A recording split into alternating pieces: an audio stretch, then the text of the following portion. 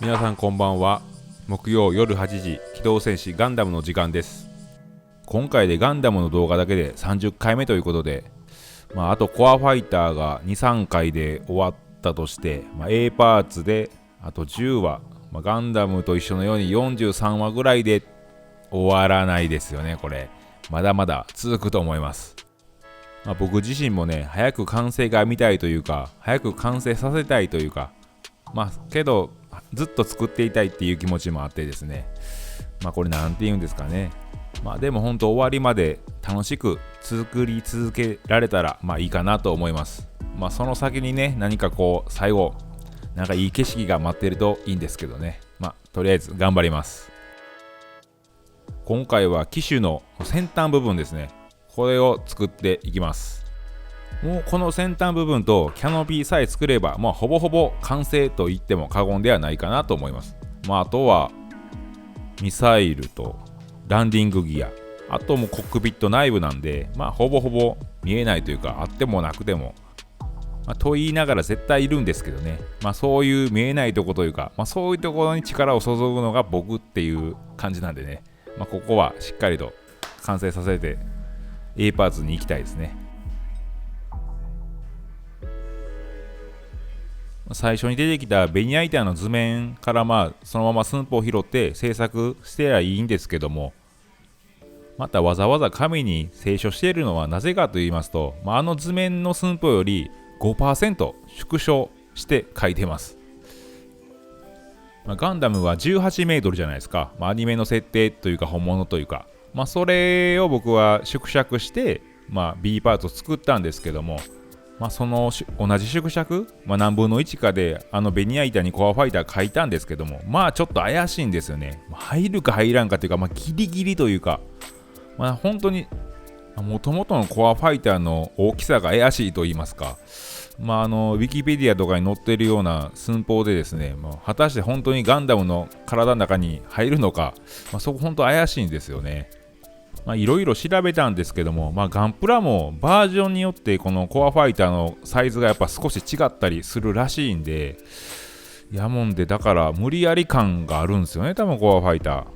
ー。僕もなんせコアファイターは本当にドッキングするためにも作っているんで、そこは一応作る前にしっかりサイズは確認はしたんですけども、ちょっとそれでも怪しいなっていうか、もうギリギリというかなもんで、少し小さく清書しています。もう今更なんで、もう今ちょっとサイズ確認も怖くてしてないんですけども、入らなかったらもう笑ってください。もうそんでいい、また作る気はなれないですね。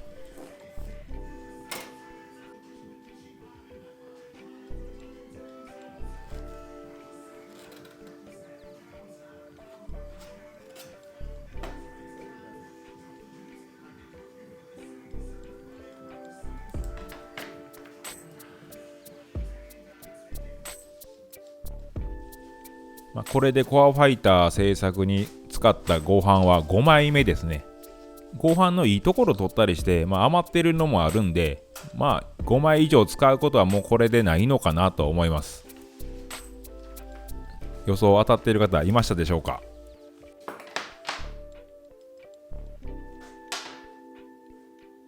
この合板に切り墨を書いていく、墨付けなんですけども、これが一番やっぱ重要ですよね。この合板の木目のつながり音を意識しているので、簡単に言いますと、この折り紙のように、このパタパタっと切らずに折って作ったみたいな感じにしたいんですよね。そうするとやっぱりおのずと無駄なく墨しなきゃいけないので、ここはすごい大変です。どうしてもね、平面図で読み取れない寸法の部分が出てくるので、そこはちょっと余裕めに切るようにするんですけども、そこをね、あんまり余裕を作りすぎてしまうと、結局また木目のつながりが感じ取れなくなるんで、ここら辺のさじ加減というのがやっぱり難しいです。もう最初は角度は気にせずに、この合板1枚から一つ一つパーツを切り抜いていく作業になります。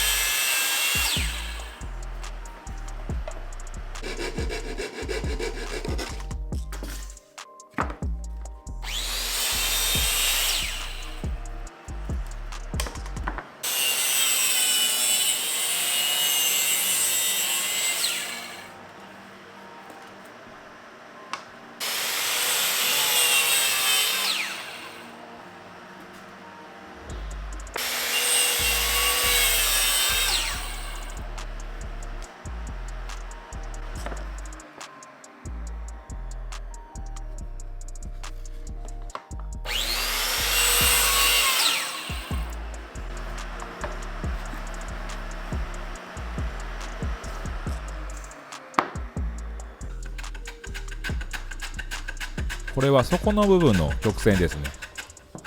今回の最大の敵はこの曲線ですね。本当にやっぱ少しあるだけで本当に大変なんですよこれ。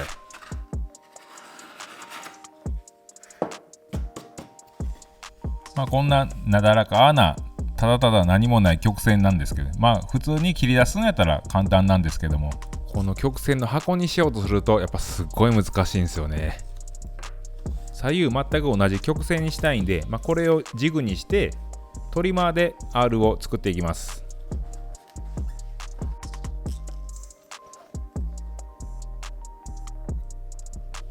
このベアリングにね、今作った R を当てていってもう一つを削っていくっていう、俗に言う習い加工っていうやつです。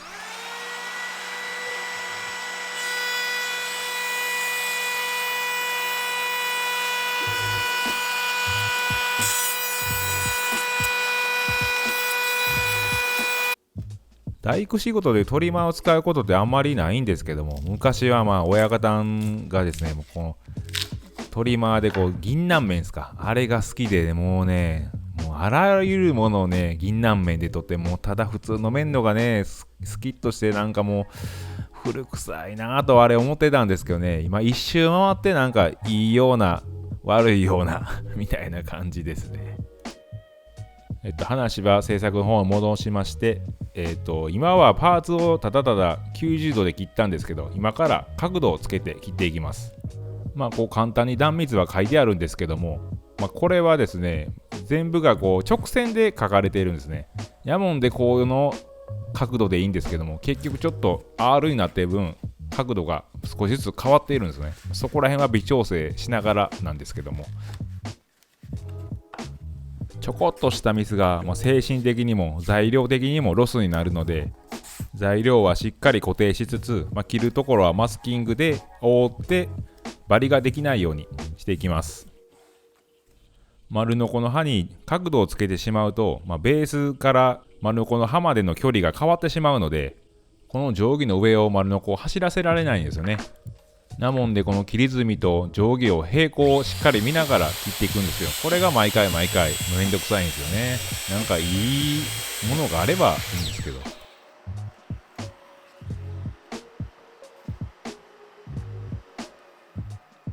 やっぱりマスキングテープ一針するだけで小口がバリッといってないというか、切り口が綺麗ですよね。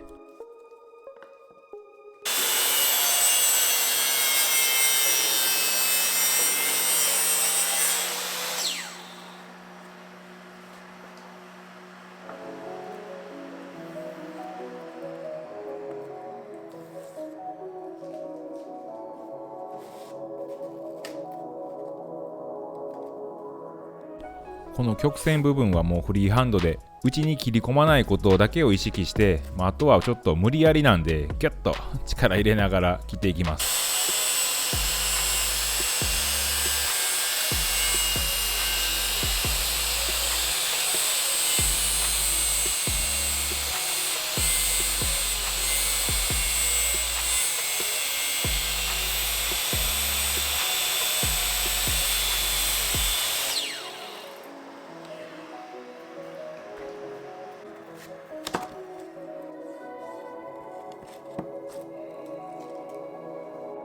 上部部分のパーツですね、少し先端向いてテーパーになっているのと、先端部分を少し R にしていこうと思います。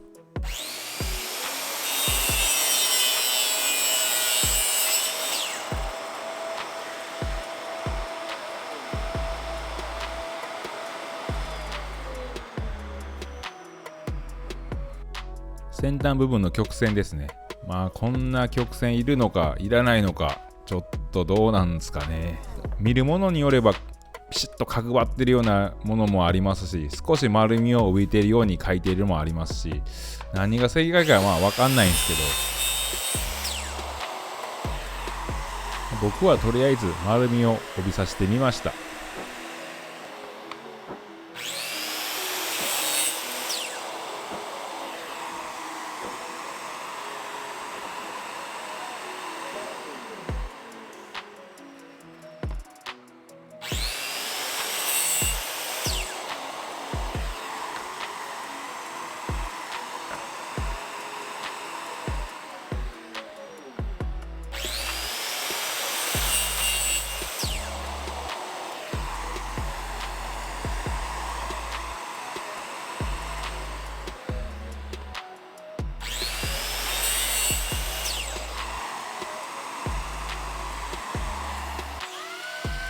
中の骨組みですね、R にしていくのには、中に物がいるということで、作ってみました。なるべく正面からビスを打ちたくないんで、こうビスケットで留めるようにしました。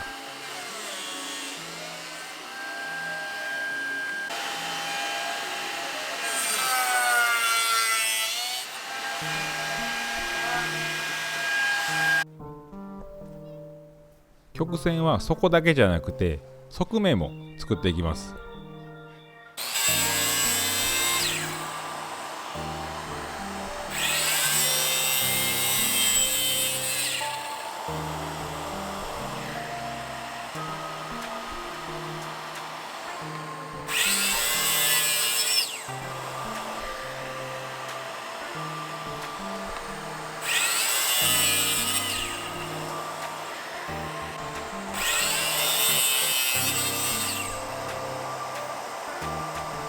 もう慣れたもんですよね。このガンダムを作り出してからこんなことするようになったんで、スキルアップになってるのかなって思ってます。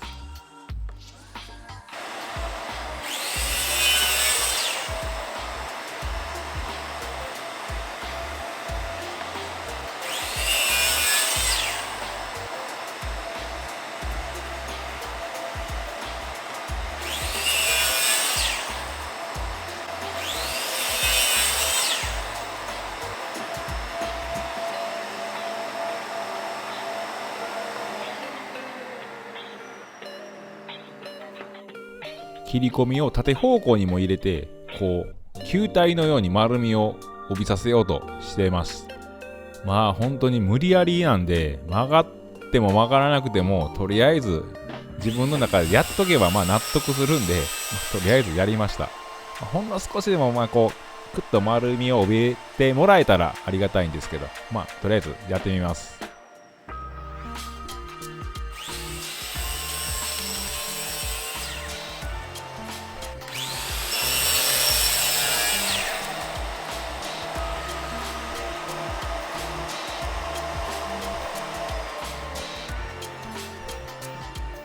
手に取って押せば曲がるっちゃ曲がるんですけども、こう貼り付けた時にどうなるかですよね。やってみてですね、これは。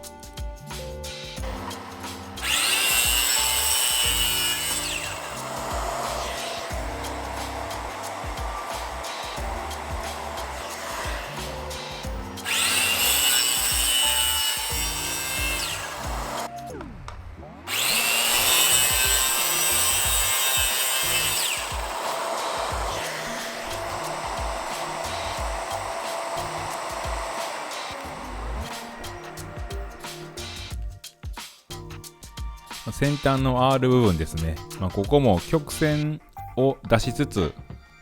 いつも通り合板の小口を見せないように、作っていきます。いや、もうコアファイターの本当の先端の部分なんでね、ここはビシッと決めたいですよね。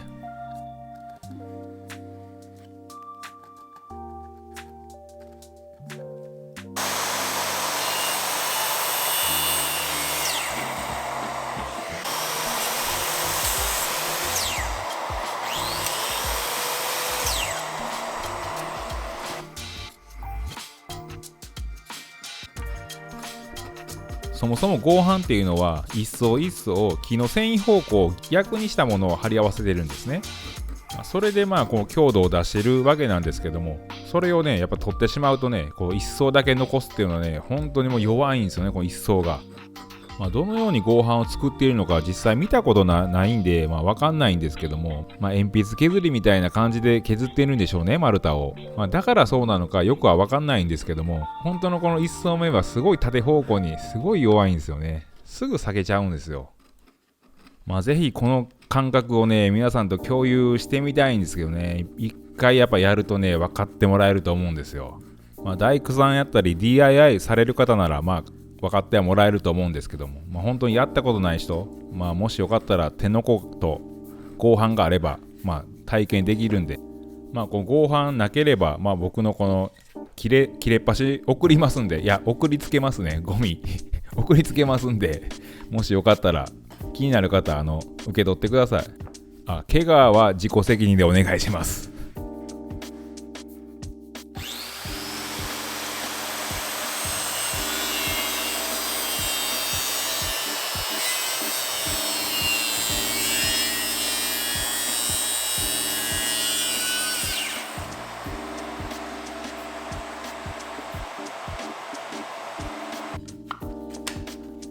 怪我しないようにするための近道はやっぱりしっかり姿勢を保って、物もしっかり固定するっていうことですね。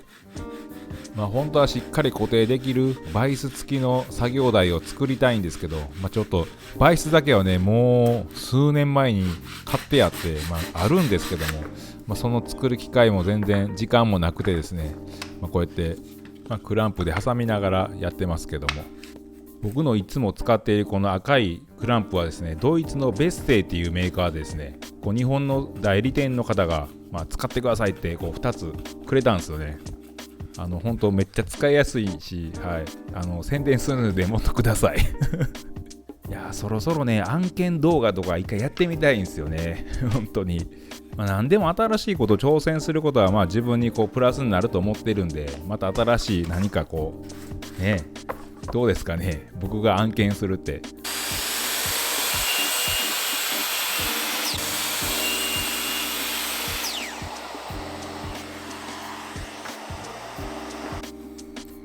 これで側面の2つは OK かな。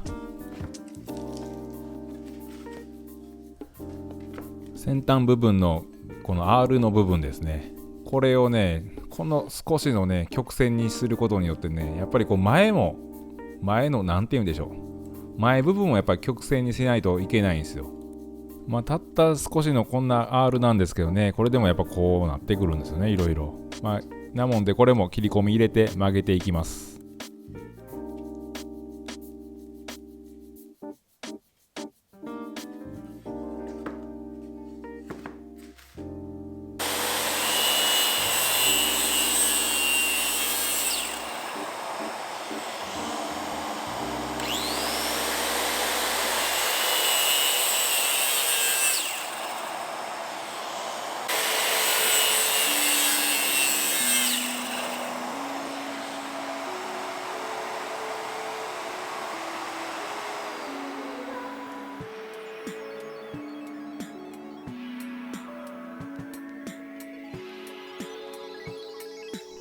切り込みを入れて R にしたんですけども、そうすると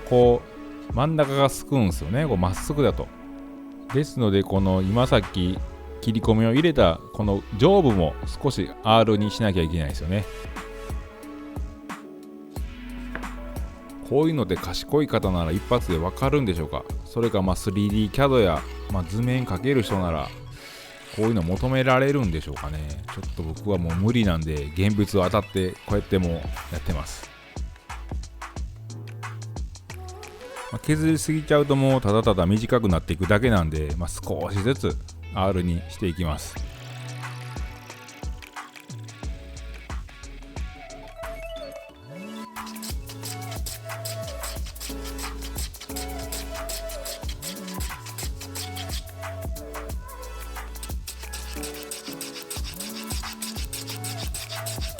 ガンダムの製作に一番使っているこの寸6のカンナ、48ミリぐらいですかね。このカンナもね、こんなに合板を削らされるとは思ってなかったでしょうね。なんか申し訳ないような、こんだけ使っとるでいいような、なんていうか、なんでしょう。いい線いったんで、これでよしとしましょう。あとは幅を落としていきます。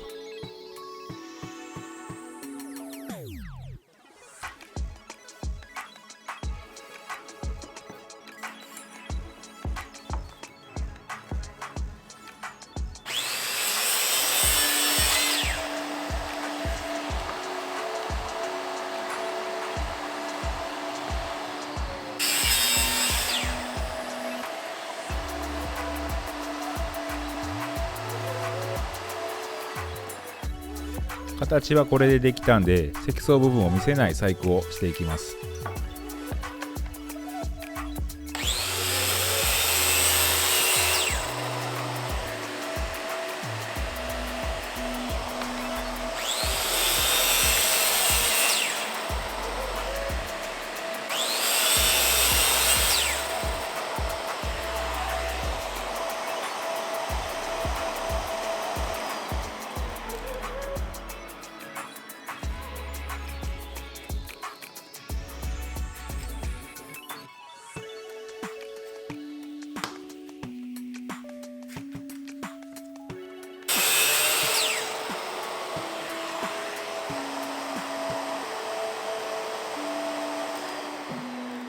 の積層部分を見せないように組む箇所の、片方はですね、等ミリほど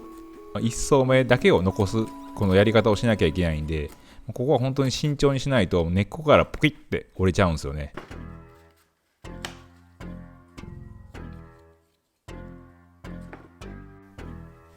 本来なら全てのパーツを作り終えてサンディングしてから組みたいところなんですけども、最後の残りの面の部分ですか、C 面、そこはねちょっと寸法が出ないんで、もう一旦とりあえず組んでみました。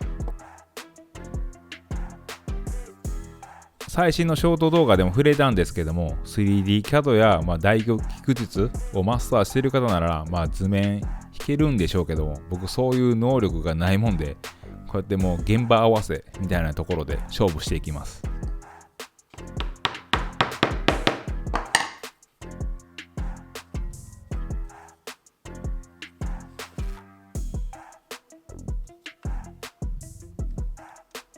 なるべくビスを使わずにこのボンドだけでつけていきたいんで、しっかりボンドを塗ってですね、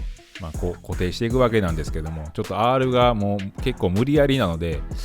どうなるかっていうところですね。もうあかんかったら最後にビスを締めようと思って、全てマスキングで留めながら固定していきました。もうこれはどうなるか、もう固まってからですね。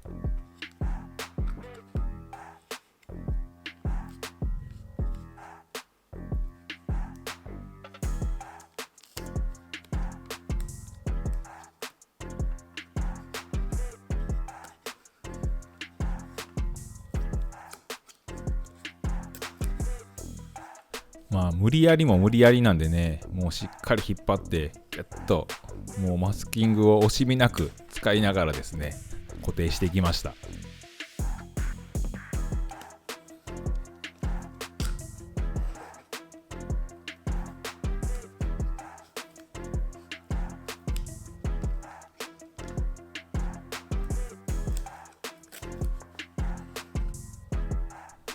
もう何重も何重もマスキングでガチガチにしてしまうので、逆に中で空いているのか空いてないのかわからない状態なんですけども、ここは信じてですね、しっかり固定していきます。これでほんの少しなんですけども曲線が生まれました。これが吉と出るかどう出るか。皆さんのコアファイターはどうなってますか？一度見比べてみてください。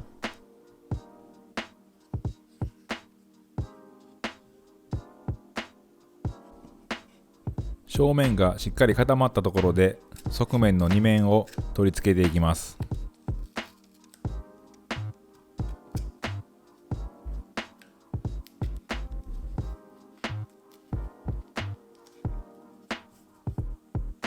今のところこのタイトボンドで剥がれてきたり割れてきたりっていうのがないんで、やっぱりいいボンドなんでしょうね。近くに販売店がないのがネックですね。いや、うちはやっぱ田舎の方なんでね、箱買いしてもいいんですけども、一応賞味期限っていうのがあるみたいなんで、やっぱり少しずつ買っていくのが良かったりもするんでしょうかね。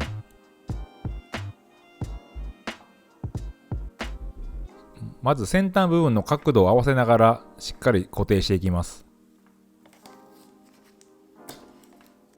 中の骨組みに沿わしていくと、いい R ができるんですけども、少しねじれてるような感じなので、しっかり調整しながら、ここは見えないところをビスで締めていきます。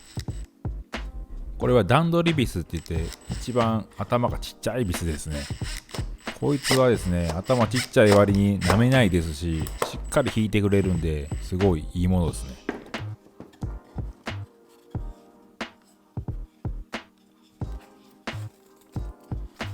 骨組みと骨組みの間はマスキングテープで調整しながら、固定していきます。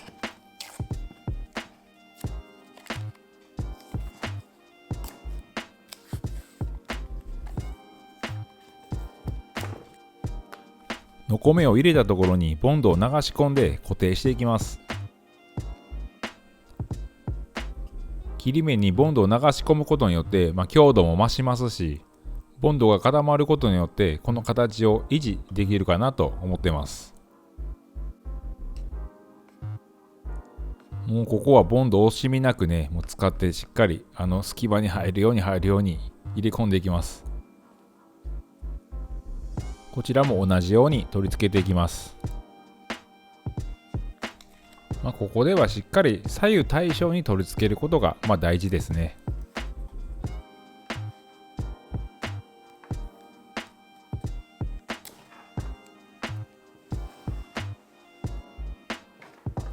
ガンダムの太ももを作っている時も確かこんな感じでしたね。かれこれもあれが2年前なんでね、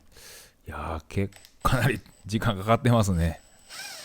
あの時もですね、2年前なんで技術的にはそう上がってるとは思わないんですけども、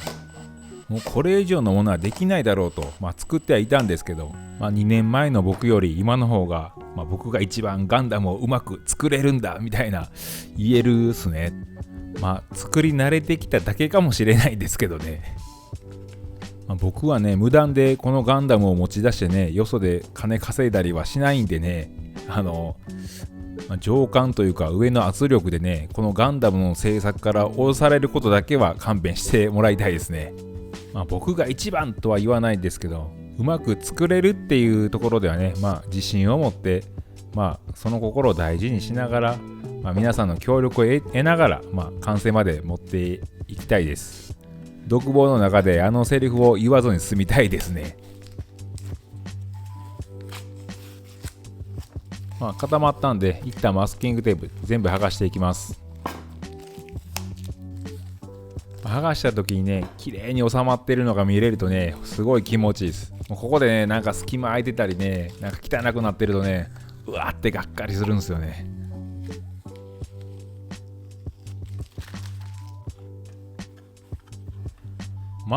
いい感じにできたんじゃないでしょうか。隙間なく今のところついてる感じですね。大丈夫そうです。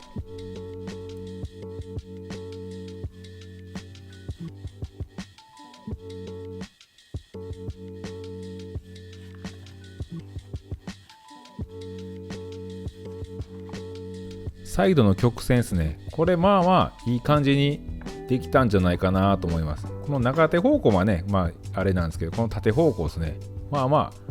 多分言われないと分かんないかもしれないんですけども、いい感じに曲がったんじゃないかなと思います。残すところ面では底ですね。底と C 面が4つ。これがね、難点なんですよ。これが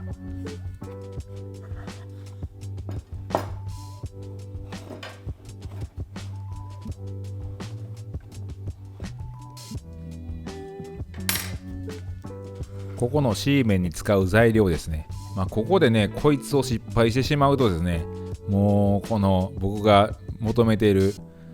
木目のつながりっていうのがね、全く無視されてね、また違ったものになっちゃうっていうか、今までこだわってきて隅してきたものが全部パーになってしまうので、ね、一つのミスも許されないんですよね。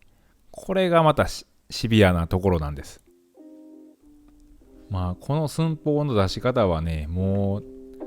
一個一個当たっていくしかないかなと僕は思ってます。3センチほどに割ってですね、1回、そこから一個一個、当たっていくわけなんですけども、もう一つ難しいのがですね、両サイドともね、まっすぐじゃないっていうところなんですよね。片面でもね、直線が出てるものならね、まだちょっと分かりやすいんですけども、結局もう両方とも曲がってるもんで、ゼロの点が分からないと言いますか、なんて言ったらいいのかな、これ。なんせね、読み取るのがなかなか難しいんですよね。なんとか読み取った点と点を結んで、線にして、曲線を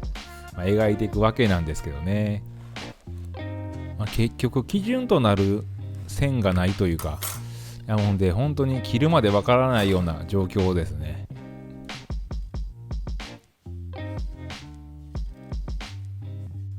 ここでボンミスは避けたいんでね、細心の注意を払って、しっかり切っていきます。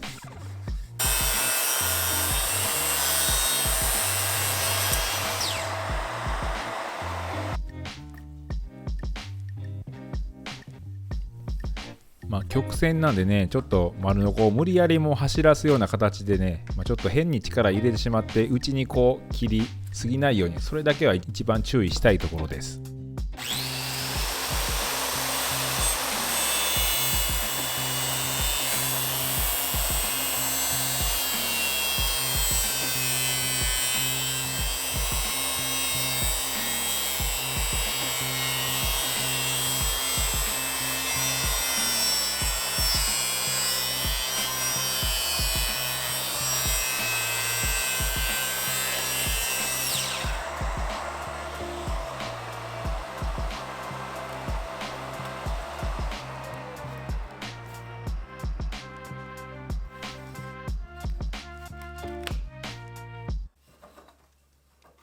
やっぱり微調整の最後はカンナが必要ですね。もう細いし小さいし持ちにくいし合板だしで、もう一番削りにくい材料ですよね。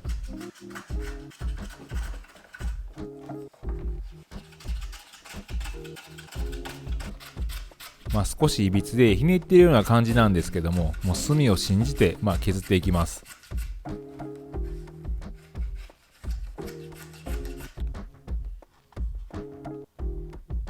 この C 面の先端部分ですね、これを斜めに取ってやる必要があります。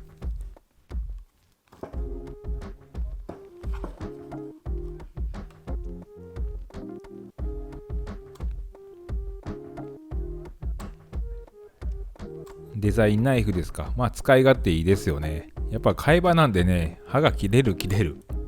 木工用じゃないかもしれないですけどね、いいものはどんどん使っていくべきですよね。こういう角々がピシッと収まってるとね、全体的に見栄えがいいんですけどね、やっぱその分やっぱ難しいってことですよね。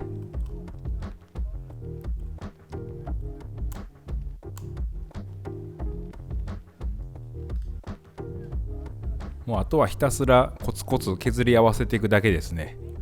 一箇所ずつ攻めてはいくんですけども、全体を見ながらみたいな。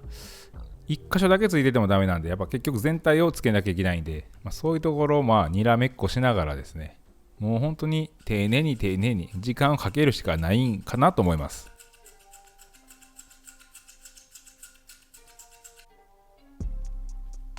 最終的にね、この面の部分も裏を筋入れてですね、曲がるようにはして、くっつけるんですけども、先に切れ目を入れてしまうとですね、すごいカンナで削りにくくなっちゃうので、もうある程度攻めて最後の最後で切れ目入れて曲がるようにします。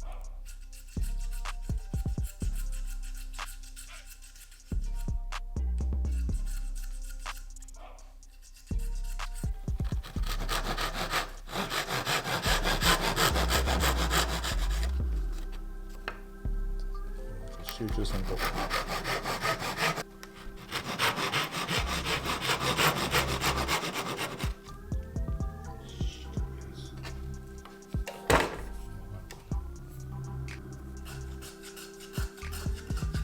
この時実はゲリラライブしてました。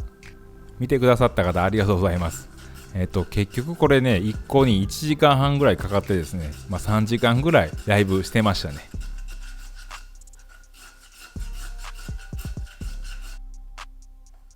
最近のライブやプレミア公開の時もそうなんですけども、もう僕も皆さんの名前をもう覚えてきましてですね、それとともに皆さんが皆さんの名前を覚えてるというか、声かけ合ってる感じがすごい嬉しいですね。すごいいい環境といいますか、ガンダム作り出してからはですね、変なアンチみたいなのもなくなりましてですね、優しい感じの集まりになってですね、すごい居心地がいいです。本当にありがとうございます。初見の方やね、まだコメントしたことないよっていう方もね、もう全然ガンガン気軽にコメントをしていただけるとみんな拾ってくれますしね、すごい楽しい場やと思うんで、みんなで、僕も楽しいですし、皆さんとも一緒に楽しんでもらいたいですね。次はそこを作っていきます。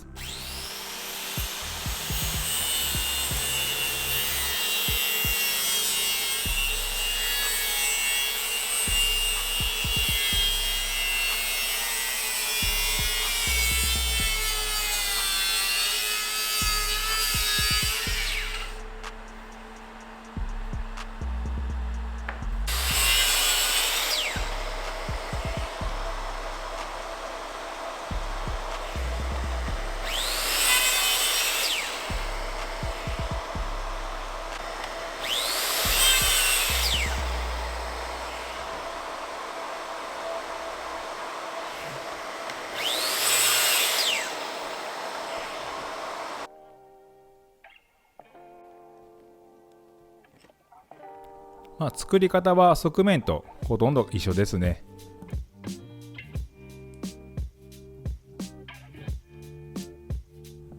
ボンドを隙間にしっかり入れ込んでね、ガチガチに固めていきます。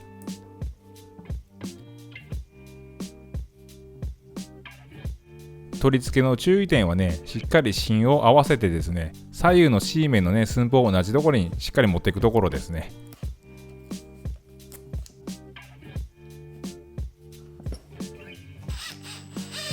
そこなんでね、ビスも使って固定していきました。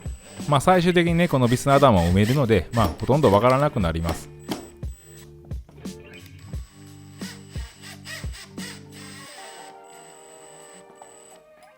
マスキングテープを使ってね、このケツの跳ね上がり具合を調整して、固定しました。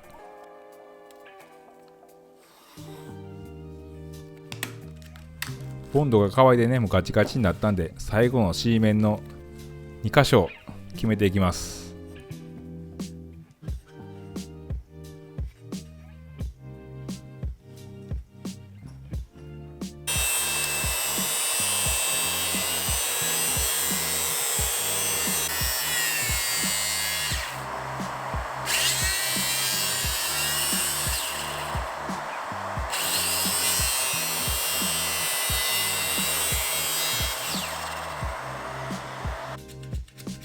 こいつがですね、上の C 面よりもカーブがきついんでね、苦戦しました。いくら楽しいこととはいえね、やっぱ忍耐も必要ですよね。ある程度ゾーン入るとね、もう逆に止まらなくなったりもするんですけども、それを入るまでがね、なかなか腰が重たいんですよね。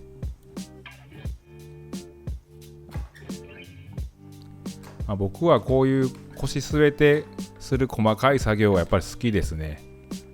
ずっと弟子の時からそうなんですけども、大工の刻みやったり墨付けやったり、そういう仕事がですね、工場でずっと、ある時が一番楽しかったですね。あんまりね、僕現場出てね、ガタガタとね効率よく動くっていうのはなかなか苦手と言いますか、今の時代特にそういうのが求められているようでですね、もうだんだん年取ってくるとともに動かなくなりますしね、若いもんにも勝てなくなっちゃうんでね、やっぱこういう、完全に勝てる勝負しかしないと言いますか、自分の好きな方向に持っていけれたらなと思いますね。僕は仕事が趣味みたいな、趣味が仕事みたいな、なんか本当に全く同じみたいな感じなんですけども、これで恵まれてるのかなって思いますね。しかも僕本当に高校出てから大工しかしたことないんで、本当に一番最初にやった仕事でこういう巡り合えたっていうのはすごいいいことなんだなと思います。でも可能性はゼロじゃないというか、もっと自分に合ったものがあるかもしれないですね。もしかしたらそれでもね、こうやって熱中できるものがね、本当に一発目で見つかってすごい良かったのかなと思います。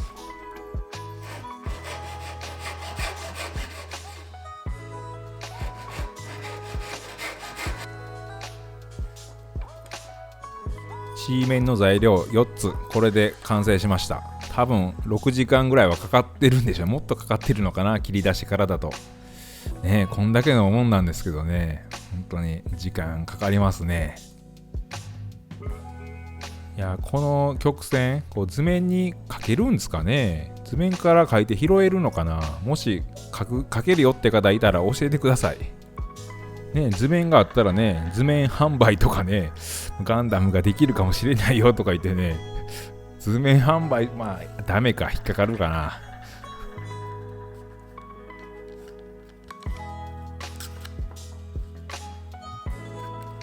マスキングテープを存分に使ってガチガチに固定していきます。結構いびつなんでね、もう無理やり引っ張りながらですね、固定していきます。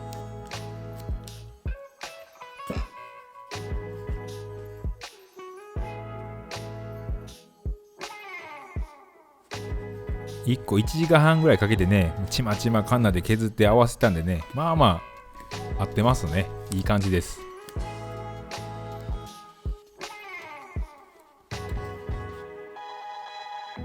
やっぱそこの方が R が結構きついですね。ガンダムの太もものね、一緒のような形で作って、無理やり面を引っ張ってねつけたんですけどね、もうしっかり今もついてるんでね、やっぱボンド強いっすよね。先端部分をしっかり合わせてねつけていきます。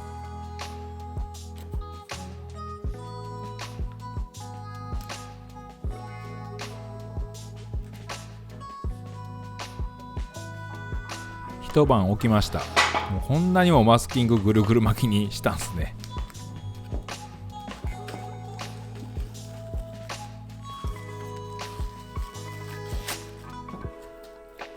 綺麗についてるとね、剥がすのやっぱ気持ちいいですね。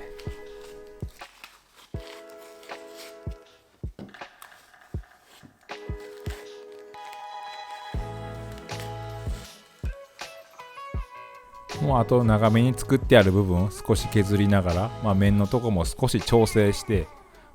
サンディングして、OK かなっていう感じですね。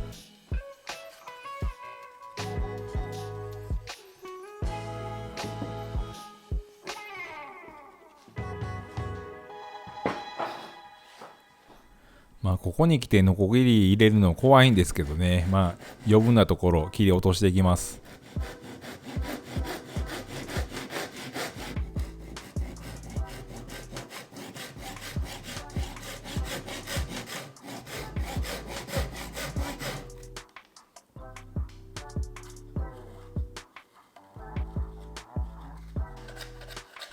最終的にここも合板の積層隠しはしていくんですけども、下地がまっすぐいってないとですね、それが綺麗につかないので、しっかり削っていきます。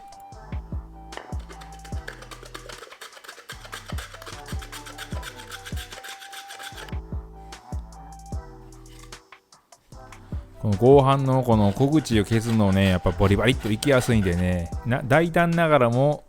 慎重にっていう感じですかね。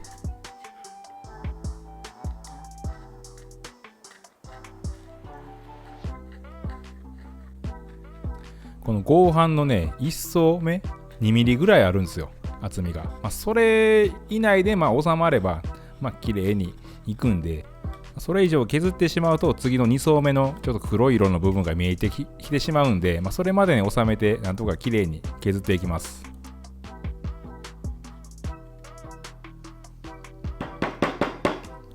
ビス頭を埋める作業ですね。基本的に普通の木材やったらこうダホ穴っていうのを揉んでからビス上げるんですけど、もう僕が使っているビスは頭がちっちゃいんです。そのまま開けてしまってそのまま埋めてしまえるというわけです。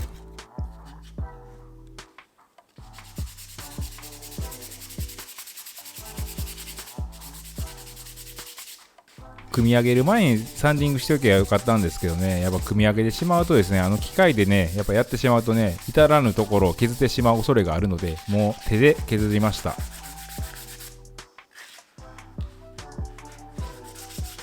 手でサンディングする場合はですね、木目方向と同じように、同じ一方方向でサンディングするってことと、この面をうまいこと潰さずに、サンディングするってところでしょうか。いつもは180番から400番、そして600番で最終仕上げっていう形ですね。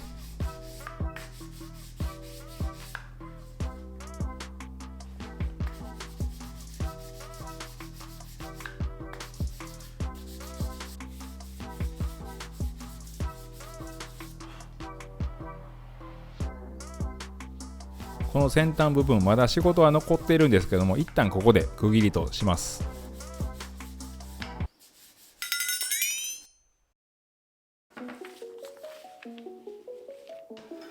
次はですね、この先端部分の上についている黒い部分ですね、これを作っていきます。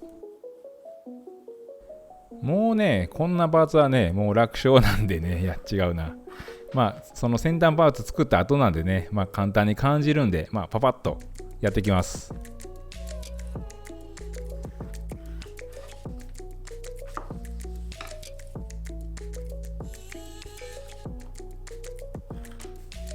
こんなちっちゃいパーツもですね、折り紙で折ったかのような木目のつながりを意識して作っていきます。折り紙でいう山折りで組めるようなパーツはですね、この丸のこの半分だけ逃げてきゃいいんですけども、谷折りみたいになるときはですね、もう一発こう隙間を空けて包みしなきゃいけないので、もう一個難しいんですけど、今回はもう山折りなんで簡単なんでささっとできます。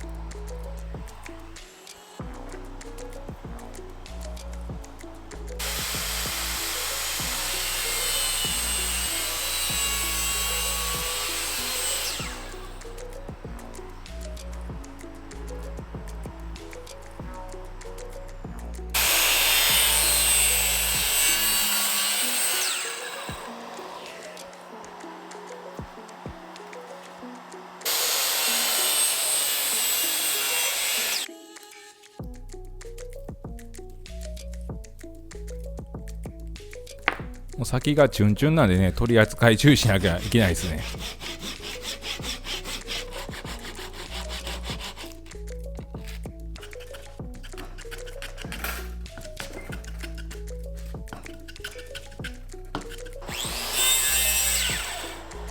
まあもうこいつもね、ここまで来たんでね、曲面にしていきます。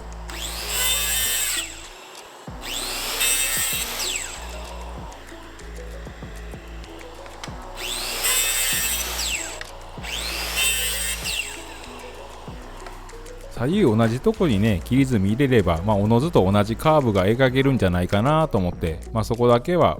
しっかりと合わせて切り墨を入れました。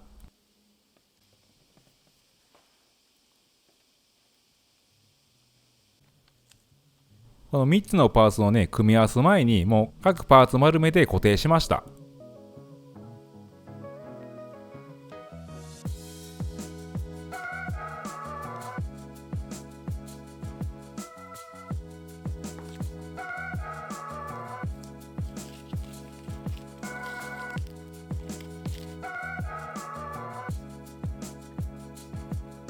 いいぐらいの R を描けたんじゃないかなと思います。やっぱこのボンドでね、それだけでしっかりとかたどってますね。いいですね。これで3つのパーツを組み合わせて、とりあえず完成みたいな感じですね。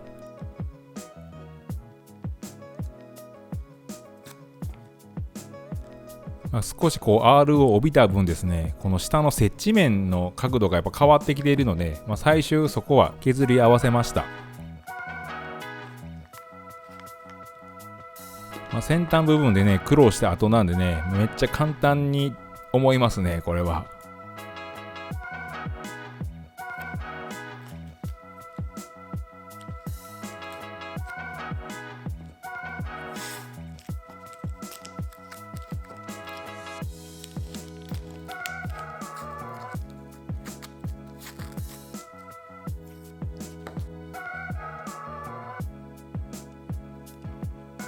完璧ですし楽勝でしたっていうことにしておきます。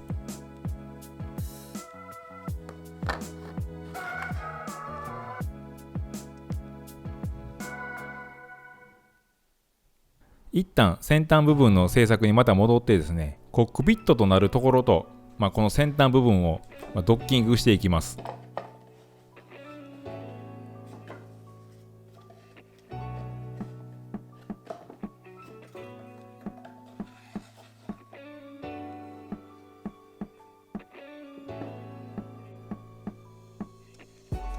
この斜めの線見えるじゃないですか。それまでこの先端部分に入れ込みたいんですよね。とその前にまだしなければいけないことがありました。この操縦席のね、90度回転問題ですね。ただただ簡単に一つ軸穴を掘ってあげて、それを軸にこうカタカタと回転させればいいのかなってただただ思ってたんですけども、ちょっとね、言葉でも説明しにくいんですけどね、ちょっとあの人に手伝ってもらってちょっと解説したいと思います。じゃーん、愛しのセーラさんですちょうどプレミアバンダイ見てたらね、こう稼働するフィギュアあるじゃんと思って、なんかの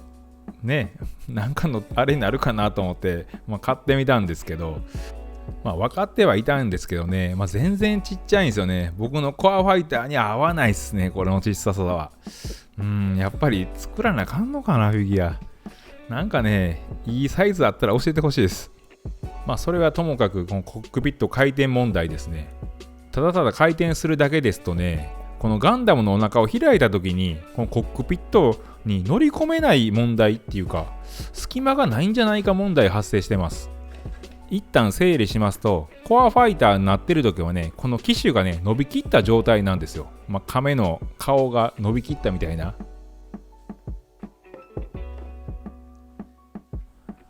その時はですね、全くもうスペース的にも問題はなさそうなんですけども、およそですけども、この屋根の斜めの前のね、そこが一番背もたれの一番後ろになるぐらいのところに席が来ると思うんですよ。でその位置で席が90度回転してコアブロックになるときは選手がこう引っ込むんですね。そうしてしまうとですね、こんだけしか隙間がないんですよ。乗り込むスペースがないプラスですね、そこで席をただただ回転さすだけだと、もう席が上の方になってしまってですね、もう前から見えないぐらいなんですよね。ってことはですね、席を回転し、なおかつ下に下げてこなきゃいけないのかなと思って、いや、これはちょっと作ってやっと分かった問題なんですけども、皆さんのこのガンプラのコアファイターは一体どうなっているんですかね。ここまで考えられているのか、一体本当にここがガンダムのお腹の位置に来るのかも怪しいですし、本当にこれどうなんでしょう。まあいろいろ僕も探したんですけども、90度回転して下に降りてくるみたいなことはどこにも書いてないんですよね。90度回転までは書いてあったりするんですけど、一体そこでコックピットの位置が正式な位置なのか、ちょっとそれが全然わかんなくてですね、はたまた僕のこの屋根の部分が間違ってるのか、いやまあそんなことはないんですけどね。やもんでね、ちょっとまあもう自分が今考えられるのは、もう回転してからスライドで下げるみたいな、まあそういうことをしようかなと、まあ先こう組む前に仕込んでおこうかなっていうところです。まあ答えがね見つからなかったんですけど、まあここで立ち止まっていられないので、一応まあ下地だけ、溝だけ掘っておこうかなっていうところです。せっかくなんでフィギュアの紹介しときますね。これプレミアムバンダイで買ったんですけども、ちょっとねセイラさんムキムキなんですよね。関節が動かなあかんで、仕方ないのかな。フィギュア作るとなったらこれを参考にすればいいですしね。っていうかG ファイターかっこいいですよね。僕は映画よりテレビ版をしっかり見てたんで、やっぱコアブースターよりかコアファイターのかっこいいかなって思います。アムロもあったんですけどね、やっぱ詳しいけど僕は男なんだな。セイラさんを買っちゃいましたね。本当はコアファイターはリュウさんが欲しかったんですけどね、リュウさんのフィギュアなかったっすね。とりあえずスライドする溝さえ掘っておけば後で何とでもなるだろうと、そういうことで進めました。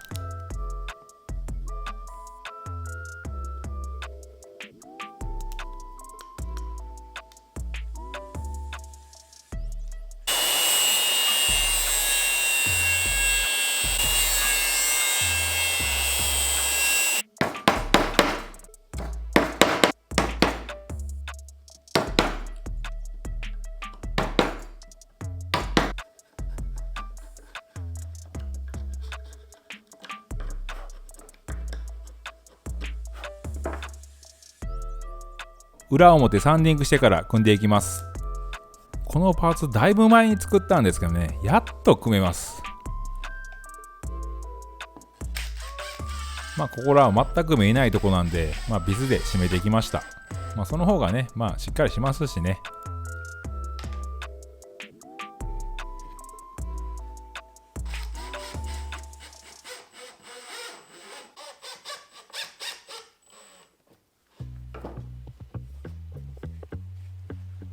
ドッキングできるように細工していきます。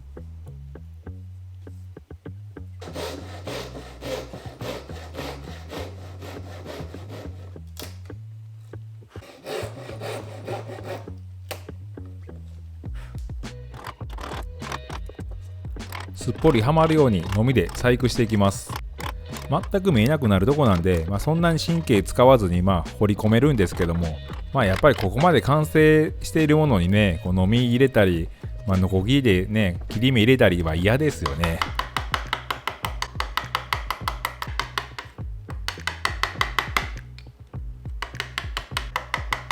結構下の端はねギリギリ攻めなきゃいけないんですよね。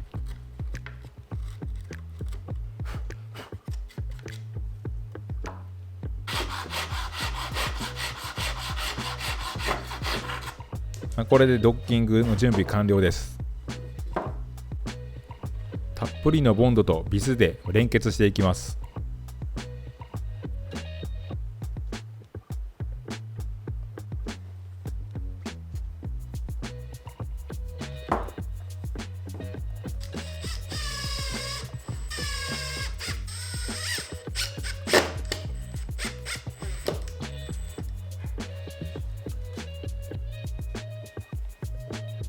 どうすかこれ。なんかこう神秘的な形ですよね。皆さんのコアファイターと一回見比べてみてください。かっこいいと思うんですけども、どうでしょうか。いやー、この曲線美ですよね。いやー、これはいい仕事したんじゃないでしょうか。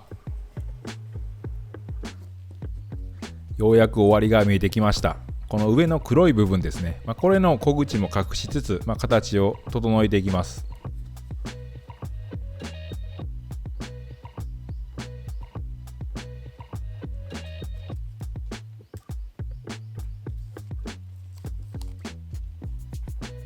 ここであれって思った方いらっしゃいますかね。見たらすごいんですけども、実は2個目です。1回作り直しました。なんか簡単や楽勝やとか言ってたんですけど、結局作り直しました。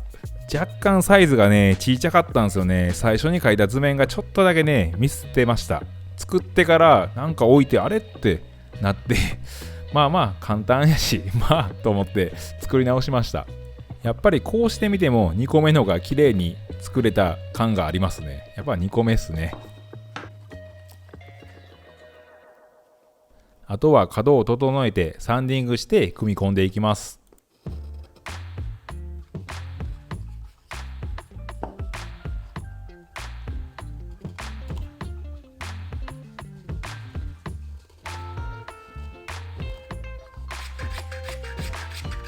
下刃もねきっちり吸い付くように削りました。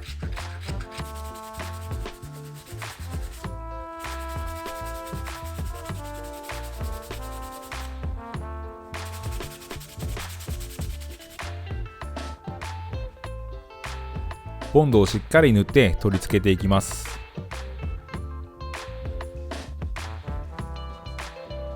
取り付ける周りにマスキングテープをねしっかり貼っておいて、そこで位置決めをしておいてから貼り付けました。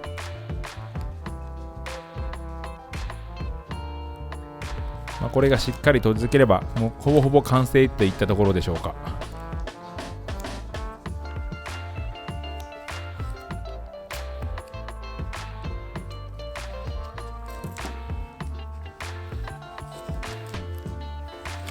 数時間置いたんで剥がしていきます。これでほぼほぼ完成ですね。いやーかっこいいというか、もうなんでしょう、この芸術じゃないですかこれ自分で言うのもなんですけど、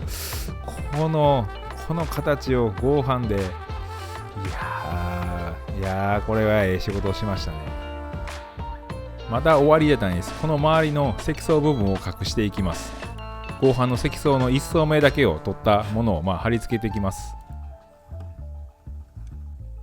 いや実際こいつが一番厄介かもしれないですね。もう本当に1層だけを残したものなんてもうペラッペラですし、もうすぐこの繊維方向にもう割れてきちゃうんですよね。目の細かいノコで引いたりですね、デザインナイフで切り取ったりはしているんですけど、すぐねパシッてね縦に方向に走ってですね割れちゃうんですよね。とはいえ全部のパーツが切り終えたんで、これを貼り付けていきます。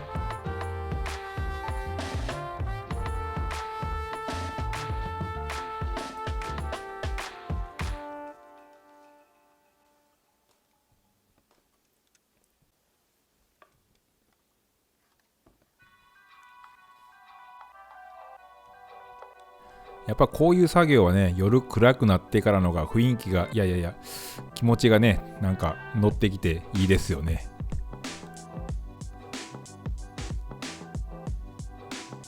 細かすぎて気分が乗ってない時はこうなかなか手につけたくない仕事ですね。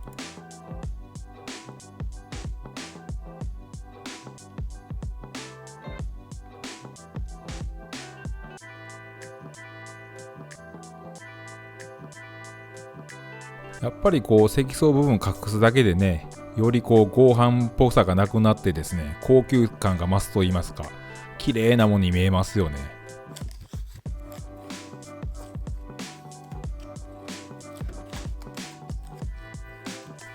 あとははみ出た部分を取りつつ、面を整えていくって感じですね。こんなもんでもねやっぱ繊維方向間違いとねパリッと取れちゃうのでね、慎重にね、間違わずにねこう取っていきます。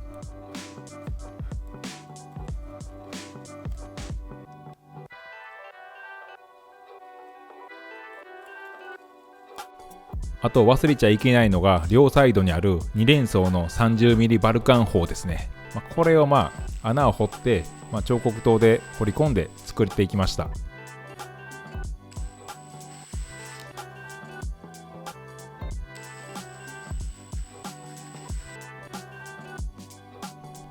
あんまりね主張せずにね折ってもうたらええかなと思うのでね簡単に彫り込んで作ってみました。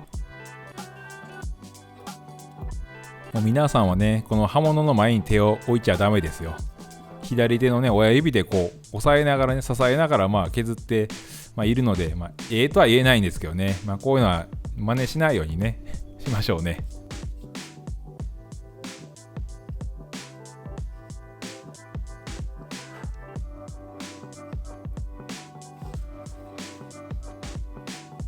これでやっと今回すべての工程が終わりました。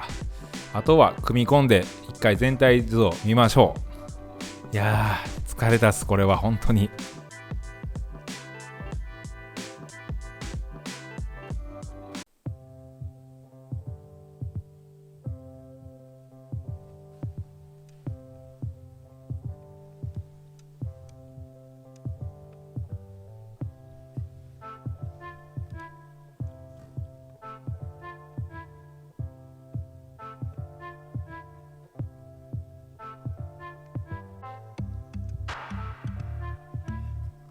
今回組み上がった全体図見てもらってどうでしょうか。そんなにアップにしてもねそんなあらは見えないと思うんですよね。十分な出来やと思います。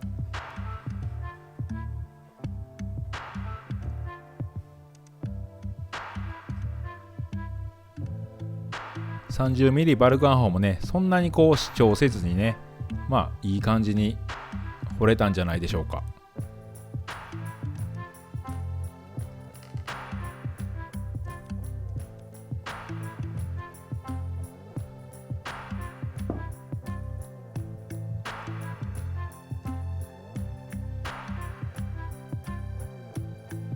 このちょっとしたね曲線なんですけどねこれがしっかり効いているのかなと思います。こう見るとねかっこいいでしょ一度スライドしてしっかりはまるか確認します。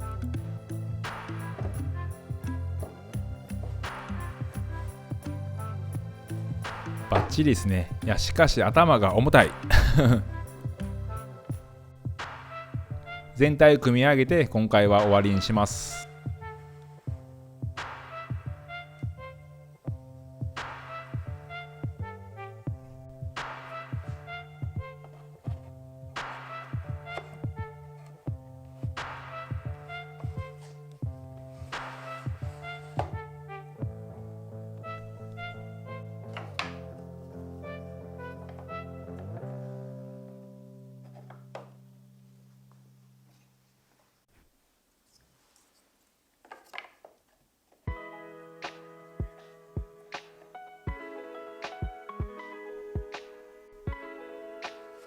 ショート動画を見てくれた方は分かると思うんですけども、この屋根の部分作り直しました。ですね、ちょっとね自分の中でちょっと納得いかないとこがあったもんで、作り直したんですけども、やっぱり2個目は綺麗にいきましたね。もうこいつをかぶせるとほとんど完成形になります。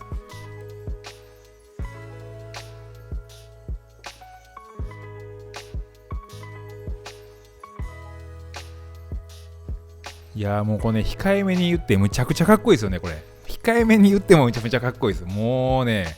これ僕ほんと最初にね組んだ時は一人もう声が出ました。本気でうおって機種をスライドして出してみます。コアファイターの時は一番出たところが正規の位置となります。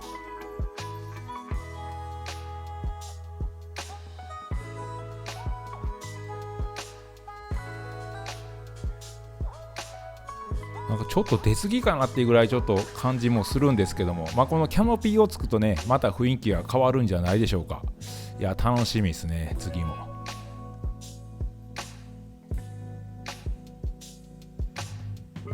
毎回一つパーツ一パーツ組み上げることに本当にもう完成に近づいて引き締まるんですけども、やっぱりこう先端部分作ってしっかりコアファイター感が出ましたね。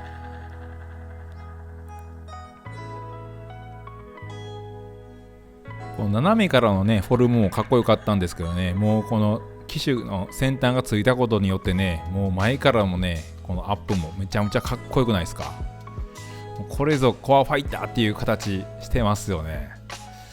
これほんまにこれ見てもらいたい、いろんな人に。これはやりましたよ僕いやこのね後ろのねノズルが見えるとこからもねかっこいいんですけど、やっぱこう先端もねしっかり見えてね、いやー後ろからのフォルムもね一段とかっこよく見えますね。やばいっすよこれむちゃくちゃかっこよくないですか本当に。いやーますます本当にたくさんの方に生で見てもらいたくなってきました。このね感じはやっぱりねカメラ越しじゃなくてね、実際見てもらった方がもっとこうグッとくるものがあると思うんで、本当にこうカメラでごまかしてないところを見てもらいたいですね本当に。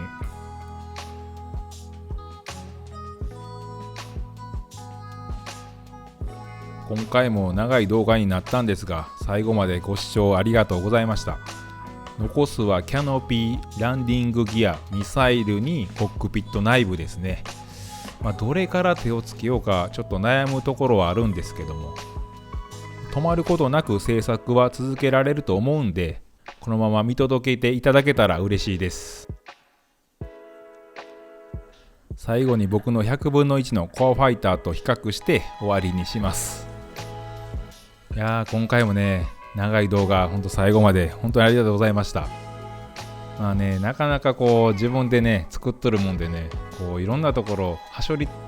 てやっぱり伝えるよりやっぱり全部見てもらいたいんでね、いつもこう長くなってしまいますねどうしても。こう制作の工程を通してですね、僕のこの気持ちみたいなのが伝わったらね一番最高なんですけどね、どう見えてるのかわかんないんですけどもね、最後まで見届けていただけると嬉しいです。もしよかったらいいねとチャンネル登録よろしくお願いします。またねこう知り合いにねこんな作ったやつおるよっておすすめしてもらえたら嬉しいです。基本的には木曜日の夜8時なんですけども、ゲリラ的にライブもしますのでよかったらチェックしていてください。どうもありがとうございました。